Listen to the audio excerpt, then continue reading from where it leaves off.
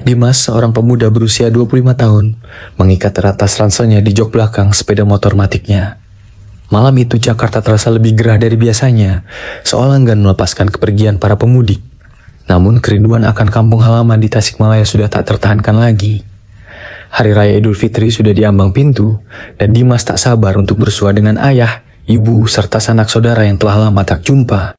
Setelah berpamitan kepada teman-teman kos, Dimas memacu motornya keluar dari hiruk-pikuk ibu kota. Rencananya, ia akan mengambil jalur selatan yang terkenal lebih lancar, meskipun sedikit lebih jauh. Awal perjalanan terasa mulus. Jalanan relatif sepi, dan lampu-lampu kendaraan yang berlawanan arah menjadi penanda bahwa ia tak sendirian dalam menempuh perjalanan mudik ini. Udara malam yang mulai dingin menyapa kulitnya, membawa serta aroma khas jalanan antar kota. Namun memasuki wilayah Cianjur, petaka kecil mulai menghampirinya.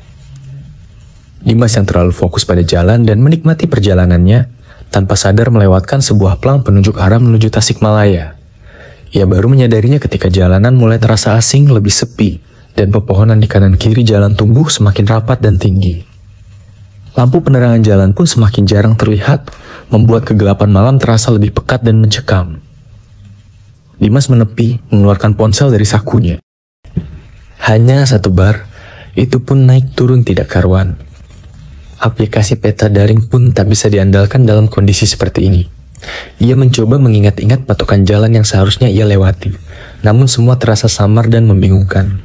Rasa khawatir mulai menyelimuti hatinya. Ia yakin telah tersesat. Dengan berat hati, Dimas memutar balik motornya, berharap bisa menemukan kembali jalan utama. Namun semakin jauh ia berkendara, suasana semakin aneh. Jalanan yang tadinya beraspal mulus kini berubah menjadi jalanan tanah berbatu yang sempit, seolah memasuki area perkebunan atau pedesaan terpencil. Suara-suara binatang malam yang biasanya terdengar sayup-sayup kini terdengar lebih dekat dan beragam. Bahkan beberapa di antaranya terdengar asing dan menggeram. Tiba-tiba, bulu kuduk Dimas meremang. Ia merasakan hawa dingin yang menusuk tulang, padahal ia sudah memakai jaket cukup tebal. Suara desiran angin di antara pepohonan terdengar seperti bisikan-bisikan lirih yang tak jelas maknanya.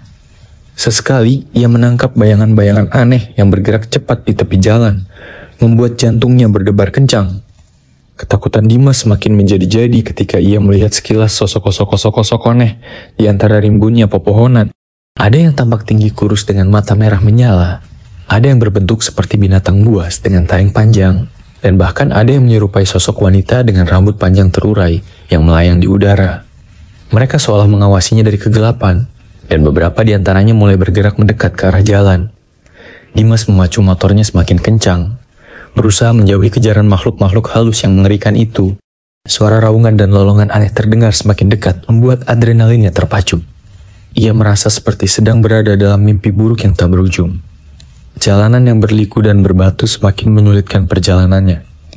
Beberapa kali motornya hampir oleng, namun ia berusaha sekuat tenaga untuk tetap mengendalikannya. Dalam kepanikan yang luar biasa, Dimas melihat sebuah gubuk kecil di tepi jalan yang tampak remang-remang diterangi oleh cahaya lampu minyak. Tanpa pikir panjang, ia membelokkan motornya ke arah gubuk tersebut, berharap bisa menemukan pertolongan. Ia memarkirkan motornya di depan gubuk, dan dengan langkah tergesa-gesa menghampiri pintu yang terbuat dari anyaman bambu. "Permisi, permisi," seru Dimas sambil mengetuk pintu dengan keras. Tak lama kemudian, pintu terbuka perlahan, menampilkan sosok seorang kakek tua dengan wajah keriput dan rambut putih panjang yang tergerai. Meskipun usianya tampak senja, mata kakek itu terlihat jernih dan memancarkan ketenangan. "Ada apa, nak? Malam-malam begini kamu datang ke gubuk saya?" tanya kakek itu dengan suara serak namun ramah.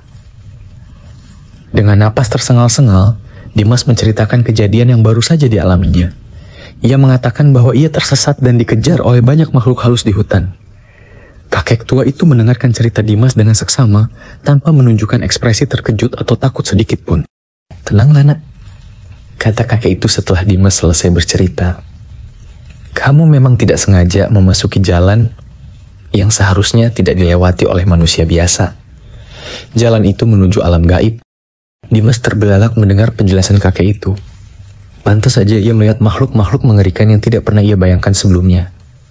Kalau begitu, bagaimana cara saya keluar dari sini, kek? Tanya Dimas dengan nada cemas. Kakek tua itu tersenyum misterius. Saya bisa membantumu keluar dari tempat ini, nak. Tapi sebelumnya, bisakah kamu mengantar saya pulang? Rumah saya tidak jauh dari sini, namun saya sudah terlalu tua untuk berjalan kaki. Meskipun merasa aneh dengan permintaan kakek itu, Dimas tidak punya pilihan lain. Ia merasa kakek tua ini adalah satu-satunya harapan untuk bisa keluar dari hutan angker ini. Tentu, kek.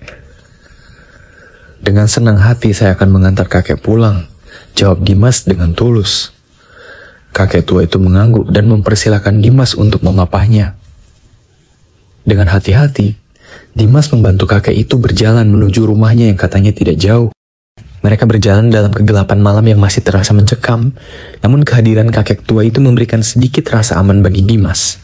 Anehnya, suara-suara aneh dan bayangan-bayangan menakutkan yang tadi mengejarnya kini tidak lagi terlihat maupun terdengar. Tak berapa lama kemudian, mereka tiba di depan sebuah rumah sederhana namun tampak kokoh. Rumah itu terbuat dari kayu dengan halaman yang ditumbuhi berbagai jenis tanaman. Cahaya lampu minyak yang tergantung di teras memberikan kesan hangat dan damai. Terima kasih banyak, nak, sudah mau mengantar saya pulang, kata kakek itu dengan senyum tulus setelah mereka sampai di depan rumah. Sama-sama, kek. Justru saya yang berterima kasih karena kakek bersedia membantu saya keluar dari hutan tadi, balas Dimas. Kakek itu mengangguk lagi. Sekarang lihatlah ke arah sana, nak. Kakek itu menunjuk ke arah jalan setapak di samping rumahnya. Itu jalan menuju Tasikmalaya. Ikuti jalan itu terus, dan kamu akan sampai ke tujuanmu. Dimas menoleh ke arah jalan yang ditunjuk oleh kakek itu. Jalan setapak itu tampak jelas di bawah cahaya rembulan yang mulai bersinar. Ia merasa lega karena akhirnya mengetahui arah yang benar, menuju kampung halamannya.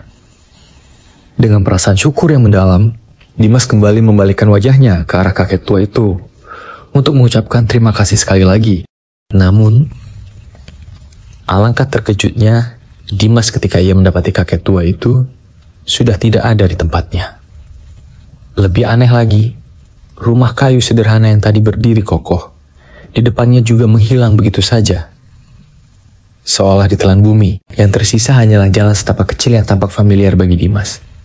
Ia mengingat-ingat, jalan setapak itulah jalan tempat ia berbelok masuk ke arah hutan setelah tanpa sadar melewati pelang penunjuk arah. Dimas terpaku di tempatnya, mencoba mencerna semua yang baru saja terjadi. Kakek tua itu, rumah itu, semuanya menghilang dalam sekejap. Ia merenung, mungkinkah kakek tua itu bukan manusia biasa? Mungkinkah ia adalah sosok gaib yang sengaja menolongnya? Dengan hati-hati, Dimas kembali ke sepeda motornya yang terparkir di tepi jalan setapak. Ia menarik napas dalam-dalam dan memacu motornya mengikuti arah yang ditunjuk oleh kakek misterius itu. Anehnya, jalan setapak itu kini terasa lebih terang dan familiar. Tak lama kemudian, Dimas melihat pelang penunjuk arah menuju Tasikmalaya yang tadi terlewatkan. Perasaan lega dan syukur bercampur aduk dalam hati Dimas. Ia yakin, kebaikan hatinya menolong seorang kakek tua telah membawanya keluar dari kesulitan dan bahaya. Pengalaman tersesat di batas alam gaib itu akan menjadi pelajaran berharga yang tak akan pernah ia lupakan seumur hidupnya. Ia melanjutkan perjalanannya menuju Tasikmalaya dengan hati-hati, tak lupa sesekali melirik ke belakang, seolah ingin mengucapkan terima kasih sekali lagi kepada penyelamat misteriusnya di tengah hutan. Malam itu, perjalanan mudiknya tidak hanya diwarnai rasa lelah dan kantuk, tetapi juga oleh sebuah pengalaman spiritual yang menegangkan dan tak terlupakan.